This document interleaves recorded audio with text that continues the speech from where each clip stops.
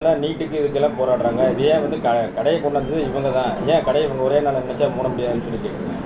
கடையை நாங்கள் மூடினால் மிகவும் பாதிக்கப்படுகின்றவர்களில் முதல் பெயராக சீமான் அவர்கள் பெயர் தான் இருக்கும். டாஸ்மாக் கடைகளை மூடினால் முதலில் பாதிக்கப்படுவது சீமான் தான் என EVKS இளங்கோவன் செய்தியாளர் சந்திப்பில் விமர்சனம் செய்துள்ளார். அவர் பாதிக்கப்பட்டு விடக்கூடாதே என்ற அக்கறை கொஞ்சம் எங்களுக்கு இருக்கிறது. இன்னொன்று, மதுவிலக்கு என்பது ஒரு மாநிலத்தில் மட்டும் பண்ணிவிட முடியாது, இந்தியா முழுவதிலும் பண்ணிவிட முடியாது. ஏனென்றால் மதுவிலக்கு, முழுமையான மதுவிலக்கு என்பது இந்தியாவில் எப்போதும் இருந்தது கிடையாது. சேலத்தில் கூட ராஜாஜி அவர்கள் கொண்டு வந்த போது சில காலம் அந்த சேலம் மாவட்டத்தில் இருந்ததே கிடையாது. அதற்கு பிறகு காங்கிரஸ் ஆட்சியிலும் கூட மதுவிலக்கு என்று சொல்லும்போது பர்மிட் முறை அமுலில் இருந்தது. டாக்டர்கிட்ட சர்டிஃபிகேட் வாங்கி பர்மிட் வாங்கி சாப்பிடுகின்ற நிலை தான் இருந்தது.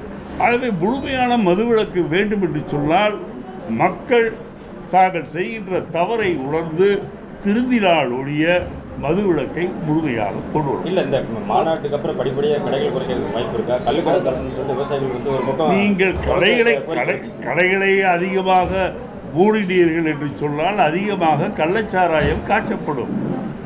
ஏனென்றால் சாராயம் சாப்பிட்டு குடித்து பழகிவிட்டது கிட்டத்தட்ட ஒரு 80% பேர் அதற்கு அடிமைகளாக இருக்கின்றார்கள். சாராயம் குடிக்கவில்லை என்று சொன்னால் அவர்கள் மனம் பேதலித்து போவார்கள், உடல்நிலையும் கெட்டு போகின்ற அளவுக்கு இருப்பார்கள்.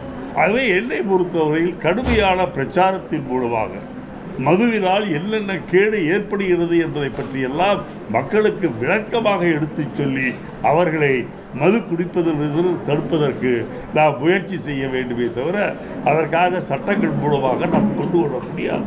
குஜராத்திலே மதுவிலக்கு என்று சொல்கின்றார்கள், பீகாரிலே மதுவிலக்கு என்று சொல்கின்றார்கள். ஆனால் அங்கே சாராயம் ஆறு போல குஜராத்திலே ஓடிக்கொண்டிருக்கின்றது. முன்பாது கடைகளிலே விற்கப்பட்ட சாராயம் என்பது குஜராத்திலே இப்போது தெருக்கு தெரு, வீட்டுக்கு வீடு விற்கப்பட்டு வருகின்றது. ஆகவே மதுவிலக்கு என்பது மக்கள் திருந்த வேண்டும். மக்கள் திருந்துவதற்கு பிரச்சாரம் செய்ய வேண்டும். அவர்களுக்கு கொஞ்சம் நல்ல விஷயங்களை அவருடைய உள்ளத்திலும் தலையிலையும் அவர் ஏற்ற வேண்டும். செய்திகளை உள்ளது உள்ளபடி தெரிந்து கொள்ள ரெஃப்ளெக்ட் நியூஸை சப்ஸ்கிரைப் பண்ணுங்க.